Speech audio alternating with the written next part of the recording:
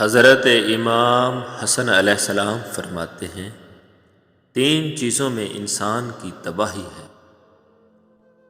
انسان کی پستی و ذلت یہ ہے کہ نعمت کا شکر ادا نہ کرے۔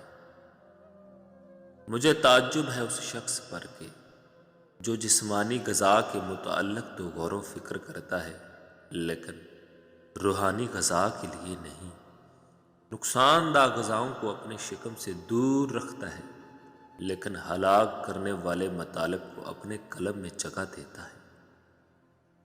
ہمارے اور دوسروں کے تجربات یہ بتاتے ہیں کہ صبر سے زیادہ کوئی چیز مفید نہیں ہے اور صبر کو کھونے سے زیادہ کوئی چیز نقصان دہ نہیں ہے۔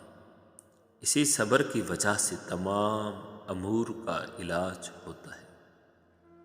انسان جب تک وعدہ نہیں کرتا آزاد ہے، مگر جب اس نے وعدہ کر لیا تو وعدہ وفا ہونے تک اس پر ذمہ داری عائد ہو جاتی ہے۔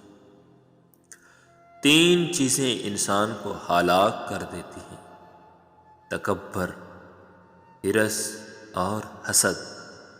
تکبر اور خود بینی انسان کے دین کو تباہ کر دیتا ہے اور اسی کی وجہ سے ابلیس کو ملعون قرار دیا گیا۔ حرص اور لالچ انسان کے نفس کی دشمن ہے اور اسی کی وجہ سے آدم جنت سے نکالے گئے۔